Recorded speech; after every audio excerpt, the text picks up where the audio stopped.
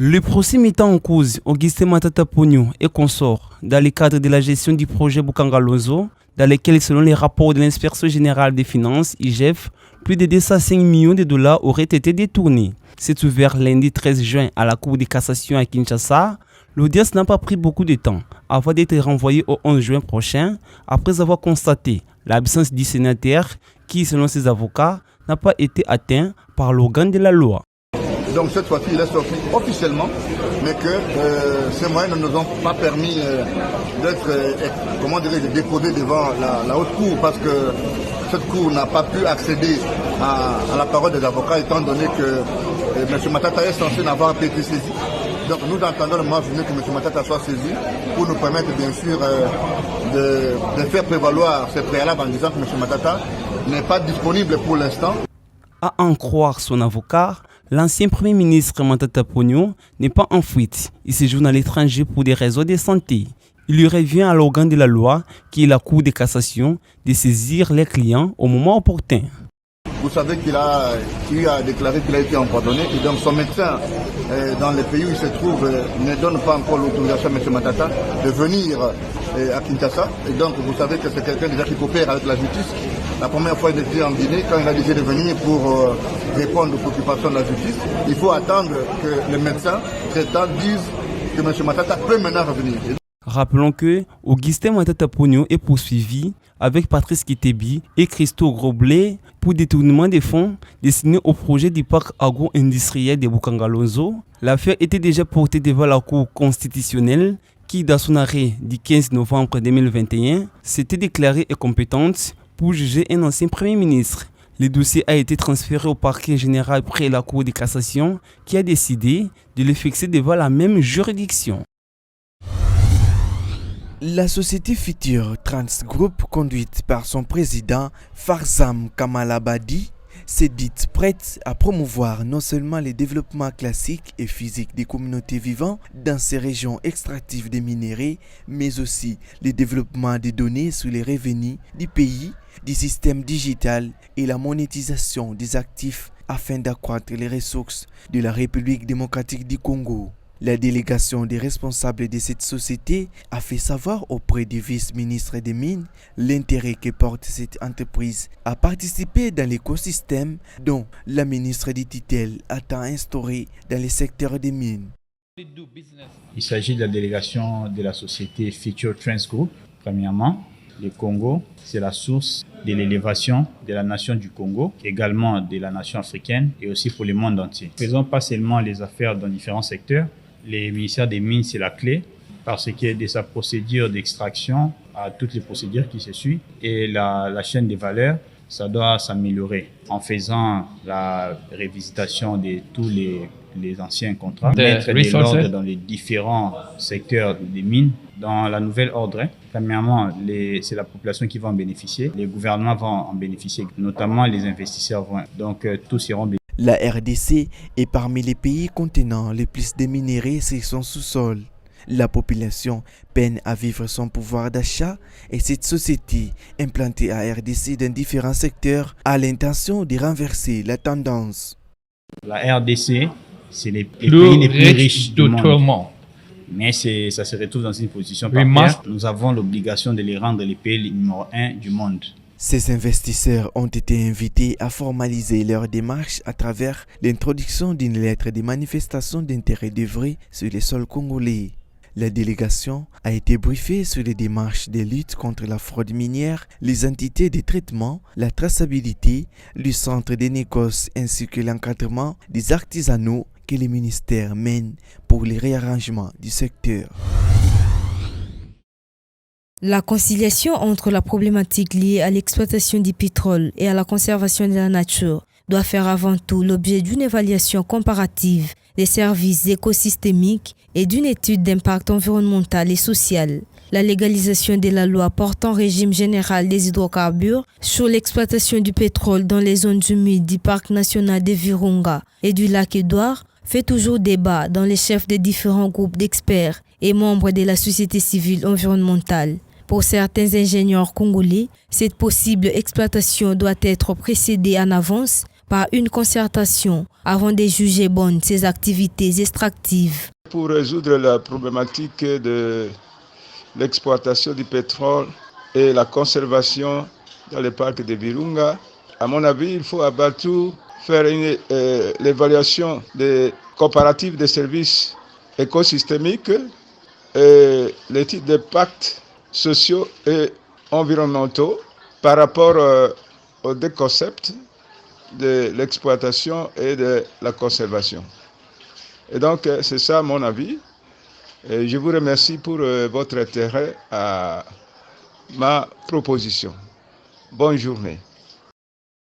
La République démocratique du Congo est appelée à revoir sa politique puisque la décision d'exploiter les pétroles sur son sol va à l'encontre de la Convention des Bonn sur la conservation des espèces appartenant à la faune sauvage dont la RDC a ratifié en 1990. Le plus grave, la pollution des zones de conservation suite à l'exploration et à l'exploitation du pétrole mettrait en péril la biodiversité, souligne cet ingénieur. Le danger réside au niveau de la libération du carbone, qui est le principal gaz à effet de serre responsable du réchauffement climatique, mais aussi au niveau de la destruction de la biodiversité qui regorge l'écosystème du parc et partant la diminution des services écosystémiques dont dépendent les populations locales et l'humanité entière. Parce qu'avec l'exploitation du pétrole, on assisterait à la destruction de la biodiversité. Signalons que les zones protégées constituent les lieux de conservation de certaines espèces fauniques et floristiques emblématiques de la RDC. Certains groupes de pression au niveau local craignent des conséquences socio-économiques sur les communautés qui peuvent, à cause de cette pollution, perturber l'équilibre des écosystèmes. Des experts du secteur minier, des représentants de la société civile et des officiers de la République démocratique du Congo se sont penchés sur la question de l'amélioration de la chaîne d'approvisionnement des minéraux des coltans, des cassérites, des wolframites, l'or et tous les autres les plus exploités de façon artisanale. Selon les experts présents à cette réunion, plus il y a des sites miniers validés verts, moins il y aura des conflits mineurs. Cette situation devrait favoriser et faciliter la commercialisation de ces produits miniers. Nous allons nous focaliser beaucoup plus sur l'assainissement de nos chaînes qui inclut un assainissement fiscal parce qu'il y a eu beaucoup de gens qui abusent de leur positionnement pour soit tracasser les exploitants, mais il y a aussi un assainissement qui doit se faire au niveau des mercuriales, de toutes taxes qui sont prélevées, pour rendre incitatif la taxation. Il faudrait que les taxes qui sont prélevées ne puissent pas décourager les vendeurs de ces minéraux-là. L'autre enjeu de ces échanges a consisté également en l'accompagnement des opérateurs qui sont de l'exploitation minière artisanale dans les processus de mutation des coopératives vers des sociétés dites des petites mines afin de se conformer aux normes de l'Organisation pour l'harmonisation en Afrique du droit des affaires, OHADA. Nous devons protéger nos ressources naturelles, nos écosystèmes, mais comment les protégerons-nous si chacun peut creuser partout où il veut? Non, on doit pouvoir harmoniser les choses en faisant un aménagement réel entre l'exploitation minière et la conservation de la nature. Je dirais que oui, si on parvenait à prendre des résolutions qui vont finalement refléter les problèmes de la base. La base chez nous dans le secteur minier, c'est la communauté locale. C'est le maillon faible de la chaîne. C'est malheureusement ceux qui font la richesse de tout le monde. Le ministère des Mines attend améliorer la compréhension des défis qui minent la gouvernance du secteur minier dans les provinces concernées, d'entreprendre des actions pour y remédier, de renforcer les partages d'informations, de mettre en place un mécanisme de suivi et évaluation de la mise en œuvre de ces recommandations dans le but d'assainir les secteurs.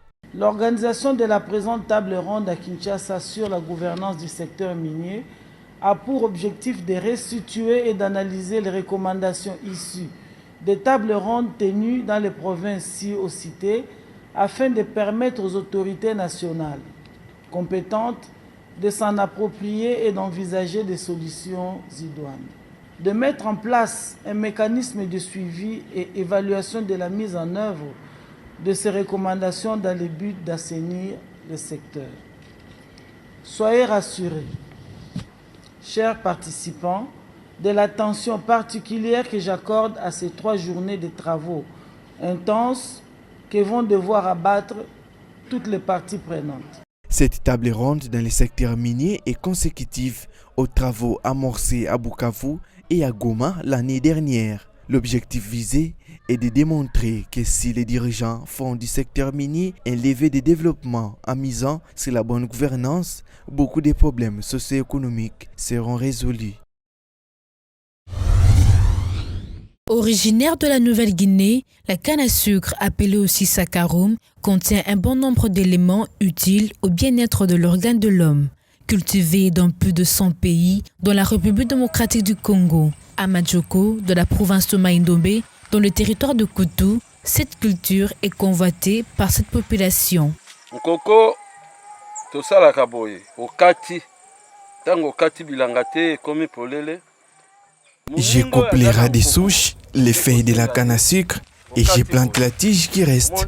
Cela peut faire 5 à 1 semaine pendant la saison de pluie pour permettre de pousser. Et entre 5 à 6 mois, j'ai les résultats d'une grande plante de la canne à sucre. 6 mois à 5 mois, au moins un coco est télémi. Réputée meilleure pour la santé que le sucre raffiné, elle peut être utilisée de multiples manières tout en apportant de nombreux bienfaits au corps. La canne à sucre non transformée est difficilement consommable. Grâce à ses vertus que contient son jus, elle facilite la sécrétion urinaire et permet un bon fonctionnement de rein. Elle agit contre la constipation. Le jus contient des antioxydants qui permettent de renforcer le système immunitaire, de garder la forme et de rester en bonne santé. On croit à ces friticulteurs, il est confronté à plusieurs difficultés dans le matériel pour une meilleure production. Bon, l'État congolais n'a pas mposa na ye. Je demande au gouvernement de me soutenir avec des matériels pour élargir mon champ. Sans cela, je ne saurais produire suffisamment de canne à sucre.